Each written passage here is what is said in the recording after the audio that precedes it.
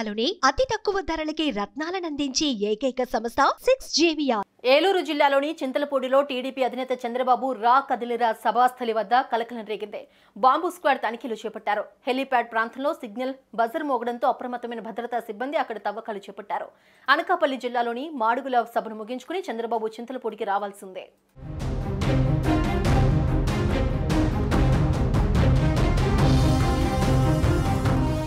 సోమవారం అనకాపల్లి జిల్లా మాడుగుల, ఏలూరు జిల్లాలోని చింతలపూడిలో చంద్రబాబు బహిరంగ సభలున్నాయి.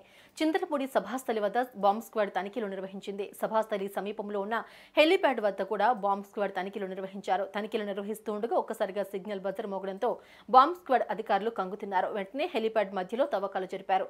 తవ్వకాలు జరుపుతున్న సమయంలో స్థానికులు ఆందోళన వ్యక్తమైంది. తవ్వకాలు ఐరన్ రాడ్ బయటపడడంతో అధికారులు ఒక్కసారిగా ఊపిరి పీల్చుకున్నారు. టీడీపీ నేతలు కూడా ఊపిరి పీల్చుకున్నారు.